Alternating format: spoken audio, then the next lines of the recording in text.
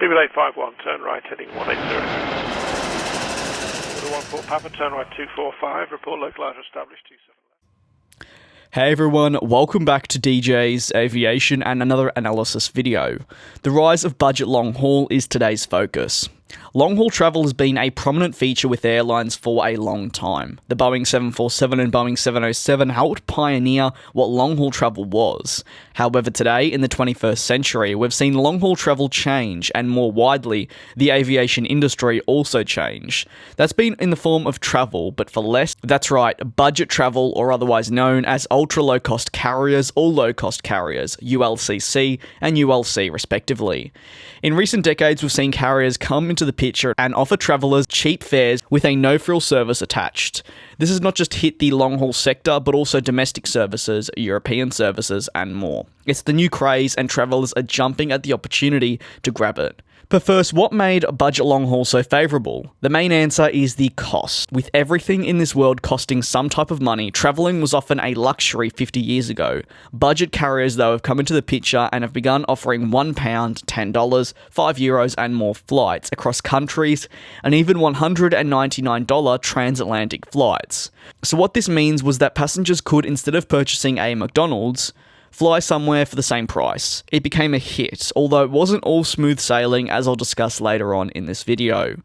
With that being said, when budget travel came to long haul, it was even more lucrative. Cheap, long haul flights were a hit. And although it was because they were cheap, many people, when it comes to flying, are more than happy to just have a seat on a plane, let alone all the fancy things you find in business class.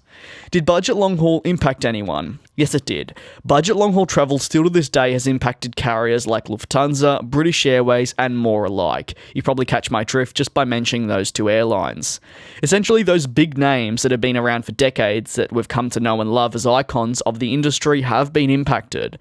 Business models have had to change drastically to adapt, as carriers like British Airways and Lufthansa found that Norwegian, the former WOW Air, and Icelandair, to just name a few, were offering cheap flights on the same services as theirs. More people were flying with these new carriers because of the pricing. It caused what I like to call tsunami effect, with carrier after carrier adjusting their operations to compete with these new airlines. However, some of these decisions from these low-cost units were detrimental. And even to bigger carriers, these decisions were detrimental. British Airways, over time, simply failed to upgrade their cabins on their long-haul aircraft, and this impacted them greatly. Their cabins became tiresome. In comparison to these new nifty, fun and cheap carriers, British Airways continued to fall behind, not just in pricing, but what they were also actually offering. Many believed it to be no longer worth the extra £400 to fly in a dated cabin. However, it would be wrong of me to say it was all smooth sailing. Budget long haulers had its impacts on both the carriers flying themselves and also the passenger. Taking a look at a TripAdvisor forum, we can see many questions on the idea of flying budget long haul in a cramped economy. Some say that for a 14-hour flight, you'd be better off paying extra to have a more comfortable experience. Some also believe that the price hike regardless is just worth it, while others simply determine their choice actually on the IFE. After all, if you do pick a good few movies, you can be set for an entire flight. Moving away though from the passenger aspect, unfortunately we've seen the rise of budget long haul occur so rapidly that it's also caused the downfall of some budget carriers like that of WOW Air, Primera, Monarch and more. Airlines across the world are attempting to adapt to the industry, and when they find a gap in the market, they naturally seize the opportunity and go all out. The problem is that if these carriers don't have a sustainable business model, they can often see things fall apart, either very quickly or very slowly, and it's happened before. The biggest problem has been the higher than ever operating costs. With prices being higher to operate, these airlines, while having cheap flights, need to ensure that they're making money. But the money actually often comes from add-ons.